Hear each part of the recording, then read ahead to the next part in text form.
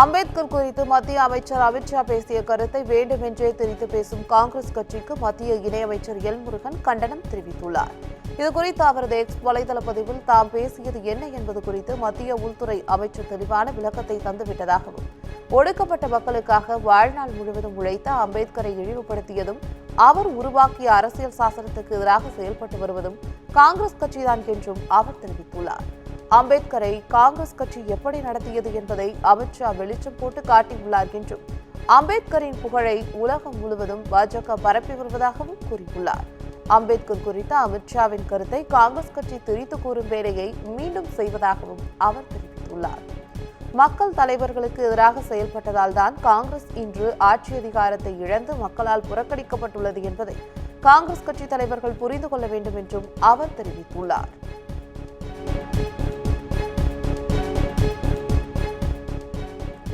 அம்பேத்கர் குறித்து மத்திய அமைச்சர் அமித்ஷா பேசியது பேசுபொருளாகி வரும் நிலையில் விசிக தலைவர் திருமாவளவனுக்கு பாஜக மாநில தலைவர் அண்ணாமலை கேள்வி எழுப்பியுள்ளார். இதுகுறித்து அவர் எக்ஸ் வலைதள பதிவில் கடந்த 2012ஆம் ஆண்டில் என்சிஆர்டி பாடப்புத்தகத்தில் அம்பேத்கரை மோசமாக சித்தரித்து வெளியான கார்ட்டூனை பார்த்து திமுக மற்றும் காங்கிரஸ் அரசை கண்டித்து கேள்வி எழுப்பிய திருமாவளவன் தாங்கள்தானா என்று அண்ணாமலை கேள்வி எழுப்பியுள்ளார். மேலும் அம்பேத்கரை அவமதித்ததாக எந்த கூட்டணியை விமர்சனம் செய்தீர்களோ அதே கூட்டணியில் தற்போது அங்கம் வகிக்கிறீர்களே எனவும் விமர்சனம் செய்துள்ளார். ஒரே நாடு ஒரே தேர்தல் திட்டத்தால் மாநில உரிமைகள் பறிபோகிறது என்றால் 1973ஆம் ஆண்டில் கலைஞர் கருணாநிதி எதற்காக நாடாளுமன்ற தேர்தலுடன் தமிழக சட்டமன்ற தேர்தலை நடத்தினார் என்று மகாராஷ்டிர மாநில ஆளுநர் சி பி ராதாகிருஷ்ணன் கேள்வி எழுப்பியுள்ளார். கோவை விமான நிலையத்தில் செய்தியாளர்களை சந்தித்த அவர், நாட்டில் காந்தியடிகள் நேதாஜிக்கு பிறகு போற்றக்கூடிய தலைவர் அம்பேத்கர் எனவும் அவரின் புகழ் இந்த மண்ணில் நிலைத்து நிற்கும் என்றும் தெரிவித்துள்ளார். அவரது புகழை அடுத்த கட்டத்திற்கு எடுத்து செல்வது ஒவ்வொருவரது கடமை என்றும் அவர் கூறியுள்ளார். மேலும் ஒரே நாடு ஒரே தேர்தல் திட்டத்தால் மாநிலங்களின் உரிமைகள் பறிபோகிறது என முதலமைச்சர் கூறுவதாகவும், கடந்த 1971இல் கலைஞர் கருணாநிதி எதற்காக நாடாளுமன்ற தேர்தலுடன் தமிழக சட்டமன்ற தேர்தலை நடத்தினார், அது அவருக்கு தெரியாதா என்றும் கேள்வி எழுப்பினார். மத்திய அரசை எதிர்க்க வேண்டும் என்பதற்காக சிலர் கங்கணம் கட்டிக்கொண்டு இருப்பதாகவும் தெரிவித்துள்ளார்.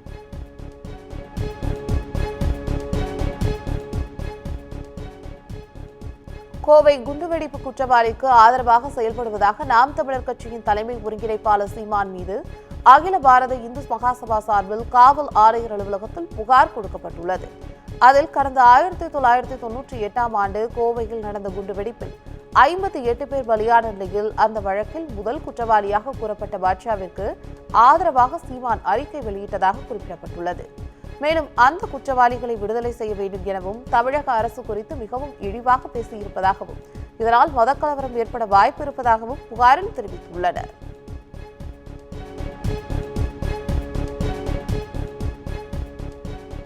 தமிழகத்தில் குரூப் 1 தேர்வு மூலம் டிஎஸ்பியாக பதவியில் இருந்த 26 காவல் அதிகாரிகளுக்கு ஐபிஎஸ் அந்தஸ்து வழங்கப்பட்டுள்ளது. குரூப் 1 தேர்வு மூலம் தேர்வு செய்யப்பட்டு பணியமர்த்தப்படும் காவலர்களுக்கு பணிக்காலத்தின் அடிப்படையில் ஐபிஎஸ் அந்தஸ்து வழங்கப்படும். இதன்படி ஐபிஎஸ் அந்தஸ்து வழங்க தகுதியான 26 காவல் அதிகாரிகளின் பட்டியலை மத்திய அரசுக்கு தமிழக அரசு அனுப்பி வைத்தது. இந்த நிலையில் தமிழகத்தின் பிரிவைச் சேர்ந்த 26 எஸ்பிக்களுக்கு இன்று ஐபிஎஸ் அதிகாரிகளாக பதவி உயர்வு வழங்கப்பட்டுள்ளது. டிஎன்பிஎஸ்சி தேர்வு எழுதி நேரடியாக டிஎஸ்பியாக பணியில் சேர்ந்த இவர்கள் மாவட்ட எஸ்பிக்களாகவும் துணை ஆணையர்களாகவும் பணியாற்றி வருகின்றனர் என்பது குறிப்பிடத்தக்கது.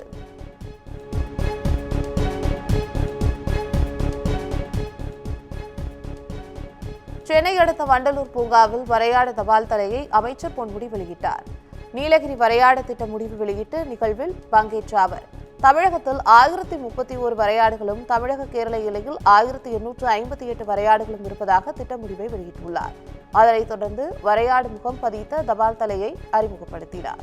பின்னர் இரவாடி விலங்கு கூடம் 7D தொழில்நுட்ப திரையரங்கத்தையும் தினசரி 180 கிலோவாட் மின் உற்பத்தி திறன் கொண்ட சோலார் திட்டம் ஆகியவற்றை தொடங்கி வைத்தார். பின்னர் செய்தியாளர்களிடம் பேசிய அவர், வனவிலங்குகளை இயற்கை பாதுகாக்க வேண்டும் என முதல்வர் செயல்படுவதாக பெருமிதம் தெரிவித்துள்ளார். வனத்துறையில் 10 ஆண்டுகள் பணியாற்றிய தற்காலிக பணியாளர்களை பணி நிரந்தரம் செய்ய பட்டியல் எடுக்கப்பட்டுள்ளதாகவும் தெரிவித்துள்ளார்.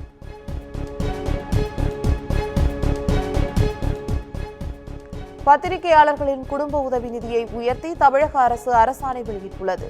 பத்திரிகை துறையில் பணியாற்றும் ஆசிரியர், உதவி ஆசிரியர், நிருபர், புகைப்படக்காரர், பிழை திருத்துவோர் பணிக்காலத்தில் உயிரிழந்தால் அவர்கள் குடும்பத்திற்கு முதல்வர் பொது நிவாரண நிதியில் இருந்து குடும்ப நிதியுதவியாக 5 லட்சம் ரூபாய் வரை வழங்கப்படுகிறது. இந்த நிலையில் 20 ஆண்டுகள் வரை பணிபுரிந்து உயிரிழந்தால் 10 லட்சமாகவும், 15 ஆண்டுகள் பணிபுரிந்து உயிரிழந்தால் 7.5 லட்சமாகவும் உயர்த்தி தமிழக அரசு அரசாணை வெளியிட்டுள்ளது.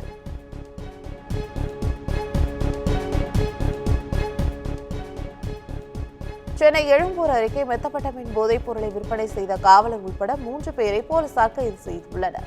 எழும்பூர் அருகே காரில் மெத்தப்பட்டமின் போதைப் பொருளை கடத்திச் சென்ற பாலசுப்ரமணியன் என்பவரை போலீசார் கைது செய்தனர். மேலும் இவருக்கு உடந்தையாக இருந்த வண்ணாரப்பேட்டை காவல் நிலைய காவலர் அருண் பாண்டியன் மற்றும் அசாம் மாநிலத்தைச் சேர்ந்த பாத்திமா பேகம் ஆகியோரை போலீசார் கைது செய்துள்ளனர்.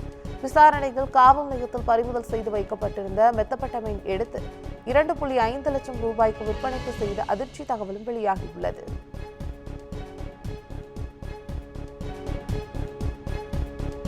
நாமக்கல் மாவட்டம் குமாரபாளையம் அருகே தனியார் நூற்பாலையில் பணியாற்றி வந்த வடமாநில இளைஞர்கள் கொலை வழக்கில் வடமாநில இளைஞர்கள் 3 பேரை போலீசார் கைது செய்துள்ளனர்.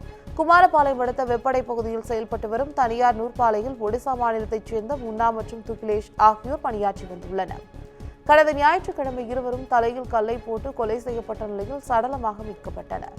இதுகுறித்த தனிப்படை போலீசார் ஜார்க்கண்ட் மாநிலத்தைச் சேர்ந்த ராஜன் லகூரி, மான்சிங் கக்ராய், தசரத் பட்டிங் ஆகிய 3 பேரையும் கைது செய்து விசாரணை நடத்தி வருகின்றனர்.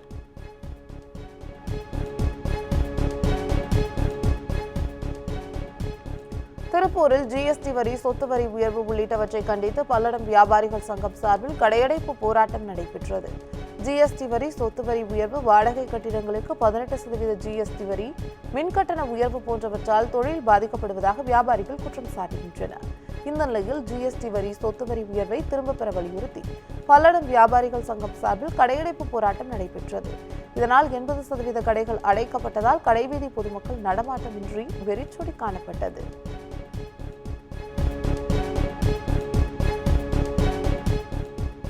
மதுரை விமான நிலைய விரிவாக்கத்தில் நீதிமன்ற உத்தரவை அதிகாரிகள் பின்பற்றவில்லை என்று கூறி சின்ன உடைப்பு கிராம மக்கள் தர்ணா போராட்டத்தில் ஈடுபட்டுள்ளனர். மதுரை விமான நிலையம் விரிவாக்கத்திற்காக சின்ன உடைப்பு, பரம்பட்டி உள்ளிட்ட கிராமங்களில் சுமார் 633 ஏக்கர் நிலம் கையகப்படுத்தப்பட்டது. நிலம் கையகப்படுத்தும் போது அங்குள்ள மக்களுக்கு மாற்று ஏற்பாடு செய்துவிட்டு அடுத்த கட்ட நடவடிக்கை எடுக்க வேண்டும் என்று சென்னை உயர்நீதிமன்றம் உத்தரவிட்டிருந்தது. இந்த நிலையில் நீதிமன்ற உத்தரவை அதிகாரிகள் பின்பற்றவில்லை என்று கூறி சின்ன உடைப்பு கிராம மக்கள் தர்ணா போராட்டத்தை தொடங்கியுள்ளனர்.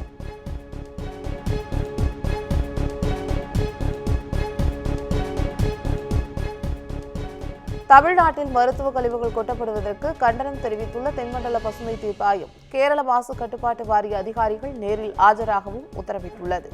கேரளாவிலிருந்து நெல்லை, தென்காசி மாவட்டங்களில் லாரி லாரியாக இறைச்சி கழிவுகள், மருத்துவ கழிவுகள் கொட்டப்படுகிறது. இந்த நிலையில் நெல்லை மாவட்ட அருகே நடுக்கல்லூர், பழவூர் பகுதியில் அரசுக்கு சொந்தமான புறம்போக்கு நிலங்களில் கடந்த 2 நாட்களாக கேரள மருத்துவ கழிவுகள் மூட்டை மூட்டையாக கொட்டப்படுவதற்கு கடும் எதிர்ப்பு கிளம்பியது. இது தொடர்பாக தென்மண்டல பசுமை தீர்ப்பாயம் விசாரணை நடத்தியது. அப்போது கேரள மருத்துவ கழிவுகளை தமிழகத்தில் கொட்டப்படுவதற்கு கண்டனம் தெரிவித்ததுடன் அதனை அகற்றுவதற்கான செலவை கேரள அரசு ஏற்க வேண்டும் என்றும் உத்தரவிட்டுள்ளது. மேலும் கேரள மாசு கட்டுப்பாட்டு வாரிய உயரதிகாரிகள் நேரில் ஆஜராகி விளக்கம் அளிக்க வேண்டும் என்றும் உத்தரவிட்டுள்ளது.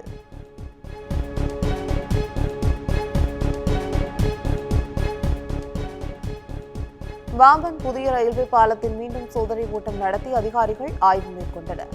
மண்டபம், ராமேஸ்வரம் பகுதியை இணைக்கும் வகையில் பாம்பனில் 550 கோடி ரூபாய் மதிப்பீட்டில் புதிய ரயில்வே பாலம் கட்டப்பட்டது. இந்த பாலத்தில் அமைக்கப்பட்டுள்ள தானியங்கி தூக்கு பாலப்பணிகள் 90% நிறைவடைந்துள்ளன. இதனிடையே கடந்த நவம்பர் மாதம் முதன்முறையாக சோதனை ஓட்டம் நடத்தப்பட்ட நிலையில் இன்று மீண்டும் ரயிலை சோதனை முறையில் இயக்கி அதிகாரிகள் ஆய்வு மேற்கொண்டனர். தூக்கு பாலப்பணிகள் முழுமையாக நிறைவடைந்த பின்னர் ரயில் சேவை துவங்கும் என்றும் அதிகாரிகள் தெரிவித்துள்ளனர்.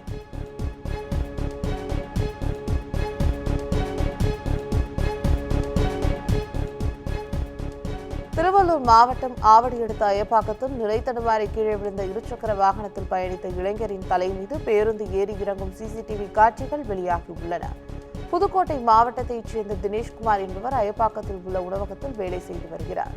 இந்த நிலையில் தினேஷ்குமார் அம்பத்தூர் திருவேற்காடு சாலையில் இருசக்கர வாகனத்தில் சென்றுள்ளார். அப்போது சாலையின் நடுவே சிலர் பேசிக் கொண்டிருந்துள்ளனர்.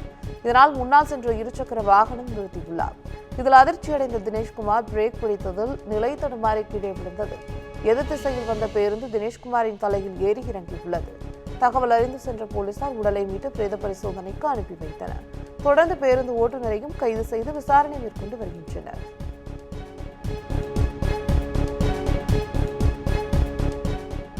தமிழக அரசின் பொங்கல் பரிசு தொகுப்பில் கரும்பு சேர்க்கப்பட்டுள்ளதால் ஆர்வமுடன் கரும்பு சாகுபடி செய்து வருவதாக விவசாயிகள் மகிழ்ச்சி தெரிவித்துள்ளனர். தஞ்சை மாவட்டம் சூரக்கோட்டை, மளிகை உள்ளிட்ட சுற்றுவட்டார பகுதிகளில் விவசாயிகள் செங்கரும்பு சாகுபடி செய்து வருகின்றனர். இந்த நிலையில் பொங்கல் பரிசு தொகுப்பில் கரும்பு சேர்க்கப்பட்டுள்ளதால் ஆண்டுதோறும் கரும்பு விவசாயத்தில் லாபம் கிடைப்பதாகவும் இதனால் ஆர்வமுடன் கரும்பு சாகுபடி செய்து வருவதாகவும் விவசாயி பன்னீர்செல்வம் தெரிவித்துள்ளார். கவர்மெண்ட்லேருந்து வந்து விவசாயம் கொள்முதல் பண்ணாங்கன்னா போன வருஷம் ஒரு கரும்பு 20 ரூபா கொள்முதல் பண்ணாங்க. அது மாதிரி பண்ணிட்டாங்கன்னா உங்களுக்கு பிரச்சனை இல்லை. ஒரு பாதி கரும்பு அவங்களுக்கு கொடுத்துட்டு பாதி கரும்பு வியாபாரிகளுக்கு கொடுத்துருங்க. வியாபாரிகளுக்கு வந்து திருத்துறைப்பூண்டி, இப்படி மன்னார்குடி, இங்கிட்டு வேளாங்கண்ணி, நாகப்பட்டினம் இந்த ஏரியாவில் வந்து வாங்குவாங்க.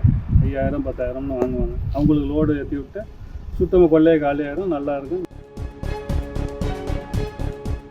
புதுச்சேரி ஊசட்டேரி முழு கொள்ளளவை எட்டியுள்ளதாலும் படகுகள் சேதமடைந்துள்ளதாலும் படகு சவாரி நிறுத்தப்பட்டதால் சுற்றுலா பயணிகள் ஏமாற்றத்துடன் செல்கின்றனர். சுமார் 800 ஹெக்டேர் பரப்பளவு கொண்ட பெரிய ஏரியான ஊசட்டேரி புதுச்சேரி சுற்றுலாவில் முக்கிய பங்கு வகிக்கிறது. இந்த நிலையில் பெஞ்சல் புயலால் ஊசட்டேரி முழு கொள்ளளவை எட்டிய நிலையில் கடல் போல் காட்சியளிக்கிறது. ஏரி முழு கொள்ளளவை எட்டியதாலும் படகுகள் சேதமடைந்துள்ளதாலும் படகு சவாரி நிறுத்தப்பட்டுள்ளது. இதனால் படகு சவாரி செய்ய வந்த சுற்றுலா பயணிகள் மற்றும் பொதுமக்கள் ஏமாற்றத்துடன் திரும்ப சென்றனர்.